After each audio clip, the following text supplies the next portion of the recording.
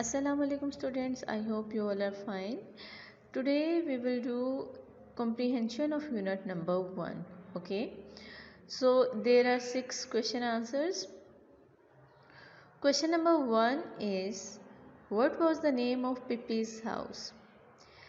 पिप्पी के हाउस का नेम क्या था? Okay, so the name of Pippi's house was Villa Villekulla. आपने क्या आंसर करना है कि पिप्पी के हाउस का नाम विल्ला विलेक्यूला था. It is written on the very first line of your chapter. Okay, chapter की जब आप फर्स्ट लाइन पढ़ते हैं वहीं से आपको ये आंसर मिल जाता है कि उसके घर का नाम विल्ला विलेक्यूला था. So what was unusual about Pippi went on her morning walk. ठीक है, कि जब पिप्पी अपनी मॉर्निंग वॉक पे गई तो वहाँ पे अनयूजुअल गैर मामूली चीज़ क्या थी जो कि नॉर्मल नहीं था, कुछ ऐसा था. तो we know that the unusual thing about Pippi's morning walk was that she walk with 1 foot in the gutter and 1 foot on the sidewalk. तो अनयूजुअल थिंग क्या थी कि वो एक पाँव अपना गटर पे रख के चल रही थी और दूसरा पाँव वो साइड वॉक पे रख के चल रही थी. मतलब जो पेव्ड पाथ होता है, पक्का रास्ता होता है, नीचे गटर और ऊपर जो था पक्का रास्ता था, तो एक पाँव एक साइड पे और दूसरा पाँव दूसरी साइड पे रख रही थी. दूसरी अनयूजुअल थिंग क्या थी कि on the way back she walk backward, कि जब उसको बैक आना था, पीछे की तरफ आना था, तो वो उल्टे पाँव चलना शुरू हो गई. ठीक है, उसने टर्न लेके वो सीधा नहीं है, वो उल्टे पाँव चलना शुरू हो गई. So this was the unusual about how Pippi went on her morning walk. Okay, question number 3, which 3 countries did Pippi say she has to? अब देखें, पिप्पी ने कुछ झूठ बोले थे वहाँ पे कि वो किसी 3 कंट्रीज़ का उसने नाम लिया था कि मैं यहाँ गई थी, यहाँ ये था, यहाँ ये था और यहाँ ये था. ठीक है, वो कंट्रीज़ कौन कौन सी थी? पहली तो कॉन्गो, ठीक है, उसके बाद Egypt and third one south America. ठीक है, उसने इन तीनों कंट्रीज़ का नाम लिया था कि वो इन 3 कंट्रीज़ में घूमी है. So 3 countries mentioned are Congo, Egypt and South America. के जो 3 कंट्रीज़ मेंशन हैं चैप्टर के अंदर वो कॉन्गो, इजिप्ट और साउथ अमेरिका हैं. Question number 4 is, where were Pippi's parents? कि जो पिप्पी के पेरेंट्स हैं वो कहाँ थे. ठीक है, so Pippi's mother was dead and a father was on a cannibal island. Okay, अब पिप्पी की मदर डेड कैसे हैं, हमें कैसे पता चलता है? उसने स्टोरी में क्या कहा था, अगर आपको याद हो, उसने कहा था कि my mother is an angel, कि उसकी माँ एंजल है. ठीक है, एंजल वैसे फरिश्ते को कहते हैं.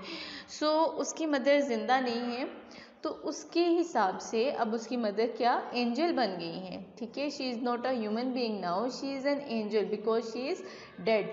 ये पिप्पी सोचती है कि उसकी जो मदर हैं वो अब एक एंजल बन चुकी हैं, तो वो इसलिए कहती है कि my mother is an angel. Actually में जो उसकी मदर हैं शी इज़ डेड. ओके, और जो उसके फादर हैं वो कैनिबल आइलैंड में रहते हैं. ठीक है, कैनिबल आइलैंड वो आइलैंड था जहाँ पे इंसानों को खाया जाता है. ठीक है, okay. Question number 5 is, what did Aneka से टू पिप्पी अबाउट लाइंग? ठीक है, कि एनिका ने पिप्पी से झूठ के बारे में क्या कहा था? कोई बात कही थी ना उसने क्या कहा था? उसने कहा था कि झूठ बोलना बहुत बुरी बात है. Annika told Pippi that it is wicked to lie. ठीक है, एनिका ने पिप्पी को बताया कि झूठ बोलना बुरी बात है. इट्स विक्ट टू लाई. विक्ट का मतलब होता है वेरी बैड, इवल. ठीक है, कि झूठ बोलना बहुत बुरी बात है. Question number 6, what was the name of Pippi's pet monkey? बहुत ईजी सा क्वेश्चन है कि उसके जो बंदर था जो उसके शोल्डर पे बैठा हुआ था उसका क्या नाम था. ठीक है, so Pippi's pet monkey's name was mister Nilsson. तो वो जो उसका पेट मंकी था उसका नाम क्या था? Mister Nilsson. ये लास्ट लाइन है चैप्टर की. जब हमने पढ़ा कि जो मंकी था उसने अपना हेड उतारा था एंड ही बोड पोलाइटली. ठीक है, तो तब पिप्पी ने कहा था कि मैं आपको मिस्टर निल्सन से मिलवाती हूँ. तो हमें इससे पता चलता है कि जो मंकी है उसका नेम क्या है? Mister Nilsson. ठीक है, so these are the question answers. Only 6 question answers I have choose for you. Okay, बहुत सारे क्वेश्चन आंसर्स मैंने नहीं लिखे. Some of the important things I have discussed. Okay, so you need to copy all the question answers on your neat notebook. Okay, margin line stroke करेंगे. मैं बार बार repeat कर रही हूँ, ब्लू मार्कर से मार्जिन लाइन ड्रॉ करेंगे, date लिखेंगे पहले राइट साइड में. Okay, then you will mention the topic, ठीक है, एंड यूनिट। पहले तो यूनिट को मेंशन करना है, आपने लिखना है unit number 1A Pippi Longstocking. देन आप टॉपिक लिखेंगे कॉम्प्रीहेंशन, ठीक है। क्वेश्चन आंसर्स को हम कॉम्प्रीहेंशन कहते हैं, इसलिए मैंने कॉम्प्रीहेंशन लिखा हुआ है, ठीक है। तो आपने कॉम्प्रीहेंशन लिखना है वहाँ पे। और उसके बाद आप जो क्वेश्चन लिखेंगे वो आप ब्लू पॉइंटर से लिखेंगे, और जो आंसर लिखेंगे वो आप पेंसिल से लिखेंगे, ठीक है। तो ब्लू पॉइंटर ले लें आप लोग, उससे आपकी राइटिंग शुरू में तो शायद आपको थोड़ा डिफिकल्ट लगे, बट आप आहिस्ता आहिस्ता से लिखेंगे तो अच्छा लिखने होगा। फिंगर गैप का ध्यान रखना है, बीच में फिंगर गैप होना चाहिए, और जो फर्स्ट लेटर है सिर्फ वही कैपिटल हो, लास्ट पे फुल स्टॉप हो, बीच में कहीं फजूल में आप कैपिटल लेटर्स डालते रहते हैं वो ना हो। आप PDF फाइल को देख लें, वीडियो में पिक्चर्स को देख लें, एज इट इज़ आपने काम करना है, ओके।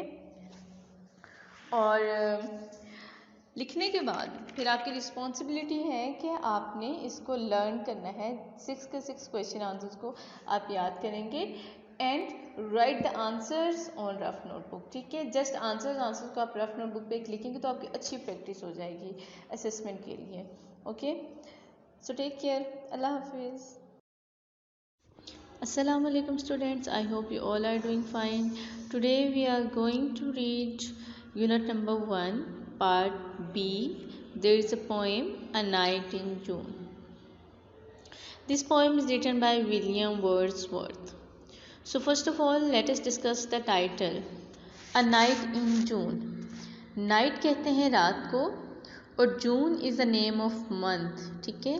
हम जो हमारे जो मंथ होते हैं 12 मंथ इन अ ईयर, उनमें से जो 6th मंथ है वो है जून। तो यहाँ पे जून की एक रात के बारे में बताया गया है। So let us read the poem. The sun has long been set, the stars are out by 2s and 3s, the little birds are piping yet among the bushes and trees. There is a cuckoo and 1 or 2 thrushes, and a far off wind that rushes, and a sound of water that gushes, and the cuckoo's sovereign cry fills all the hollow of the sky. The sun has long been set.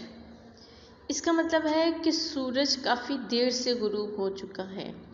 Actually जो poet है यहाँ पे वो गर्मियों की एक रात के बारे में बता रहा है, एक रात को डिस्क्राइब कर रहा है गर्मियों की, ठीक है।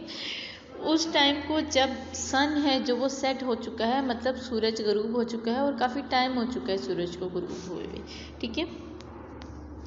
The stars are out by 2s and 3s, और जो स्टार्स हैं वो 2 या 3 करके नज़र आना शुरू हो गए हैं। मतलब सूरज गुरूब होता है तो उसके कुछ टाइम बाद से हमें स्काई पे स्टार नज़र आना शुरू हो जाते हैं। तो 2s और 3s यहाँ पे 2-3 इनका मतलब है। The little birds are piping yet, और अभी तक छोटे परिंदे चहचहा रहे हैं या वो सिंगिंग कर रहे हैं। Piping means singing. अब पाइपिंग का मतलब सिंगिंग कैसे आ गया? पाइप, आप सोच रहे होंगे पाइपिंग तो पाइप से निकला हुआ एक वर्ड है, इसका मतलब अब सिंगिंग में हम लोग किस तरह इसको कंसीडर करेंगे? माइट भी ये फर्स्ट टाइम आप सुन रहे हो। सो देखिए, बांसुरी का नाम आप लोगों ने सुना होगा, ठीक है। उसको बजाया जाता है, उससे म्यूज़िक क्रिएट होता है, और वो एक पाइप होता है। जो बांसुरी होती है वो एक्चुअल में एक पाइप होता है, ठीक है। तो अब हम जो सिंगिंग को पाइपिंग भी कह सकते हैं, उस बांसुरी से रेलिवेंट रिलेट करके हम उसको क्या कर सकते हैं, उसको पाइपिंग भी हम लोग कहते हैं, ठीक है। तो पाइपिंग का मतलब सिंगिंग होता है, ठीक है। अब बर्ड है, कोई भी बर्ड है, जब वो बोल रहा होता है, वो कुछ भी बोल रहा होता है तो वो म्यूज़िक क्रिएट करता है। आपको पता है कि बर्ड्स वर्ड्स नहीं बोलते, अल्फाज हमारी तरह नहीं बोलते। दे यूज टू सिंग। उनकी हर एक बर्ड की अलग वॉइस होती है, उनकी एक अलग म्यूज़िक होता है। जैसे कोयल का अलग है, चिड़िया का अलग है, कौवे का अलग है। तो जितने डिफरेंट बर्ड्स हैं उनके डिफरेंट म्यूज़िक है, ठीक है। तो हम उनको पाइपिंग कहते हैं कि बर्ड्स क्या करते हैं, सिंग करते हैं, चहचहाते हैं, उसको विस्लिंग भी कह सकते हैं हम, ठीक है। So the little birds are piping yet, अभी तक, येट मीन अभी तक, स्टिल, नाउ, ठीक है। तो अभी तक क्या है, हालांकि रात हो चुकी है लेकिन परिंदे अभी भी चहचहा रहे हैं, गुनगुना रहे हैं, गा रहे हैं, कुछ भी आप कह सकते हैं। Among the bushes and trees, कहाँ कर गम गुनगुना रहे हैं? झाड़ियों और दरख्तों के बीच। बुशेस कहते हैं झाड़ियों को और ट्रीज कहते हैं दरख्तों को। There is a cuckoo and 1 or 2 thrushes। ठीक है, अब cuckoo is a name of bird. आपने कोयल का नाम सुना हुआ है ना, कोयल को इंग्लिश में कुकू कहते हैं। ठीक है, एंड 1 or 2 thrushes, thrushes कहते हैं चिड़ियों को। ठीक है, थ्रश चिड़िया को कहते हैं। वो कहता है कि एक कुकू भी है और 2 और 3 चिड़िया भी हैं। ठीक है, उस नाइट में, उस रात में एक कोयल है और 2-3 चिड़िया हैं। And a far of wind that rashes. ठीक है, और दूर से हवा भी चल रही है। रशेस मीन चलना। ठीक है, यहाँ पे हम हवा के चलने को हम कह देंगे। And a sound of water that gushes. ठीक है, अब वाटर की आवाज़ आ रही है। वाटर का साउंड है, किस तरह का साउंड है? गशेस। गशेस, अब गशेस मीन्स हम कह सकते हैं कि पोर्स कह सकते हैं, लाइक किसी चीज़ का गिरना। ठीक है, पानी का गिरना स्पेशली, या आप दरिया के करीब या नदी के करीब से गुजरें तो पानी की आवाज़ आ रही होती है, उसको हम गशिश कहते हैं। या आप नल भी खोलें अगर तो उसकी भी जो आवाज़ होती है उसको भी हम गशिश कहते हैं। ठीक है, मतलब फ्लो ऑफ वाटर। आप सिंपली इसको समझ लें कि पानी का गिरना।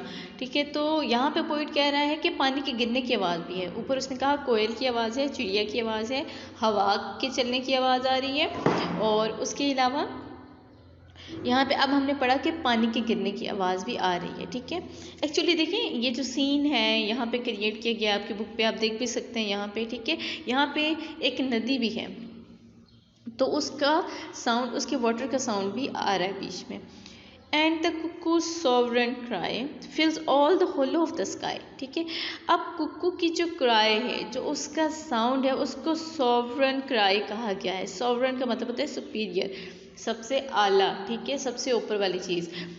फिल्स all the hollow of the sky. Hollow mean खालीपन, एम्प्टी। ठीक है, कि जो स्काई में खामोशी छाई हुई है, आसमान पे जो खामोशी है, जो रात की खामोशी है, उस सब को फिल क्या चीज़ कर रही है? ठीक है, उन सब पे भारी क्या चीज़ है? कुक्कू की जो सिंगिंग है। ठीक है, जो कोयल की आवाज़ है उसके आगे हर आवाज़ मदम हो गई है। मतलब ये कि देखो हमने डिफरेंट वॉइस को यहाँ पे डिस्कस किया है। थ्रशेस भी हैं, विंड भी है, वाटर भी है, लेकिन जो सबसे सुपीरियर, सबसे ज़्यादा तेज़ आवाज़ है वो कोयल की है, और उस आवाज़ ने आसमान के खालीपन को दूर कर दिया है। ठीक है, तो पोइट ने यहाँ पे सिंपली 1 जून की नाइट की बात की है, और उस नाइट में क्या क्या चीज़ें हुई उन चीज़ों को डिस्क्राइब किया है, नाइट की ब्यूटी को डिस्क्राइब किया है, और उसके बाद उसने कुकू की आवाज़ को सुपीरियर करार दिया है। Okay, so that's it. बस इतनी सी, this is very short poem. आपने इसको रीड करना है और उसके डिफ़िकल्ट वर्ड्स को अंडरलाइन करना है। ओके।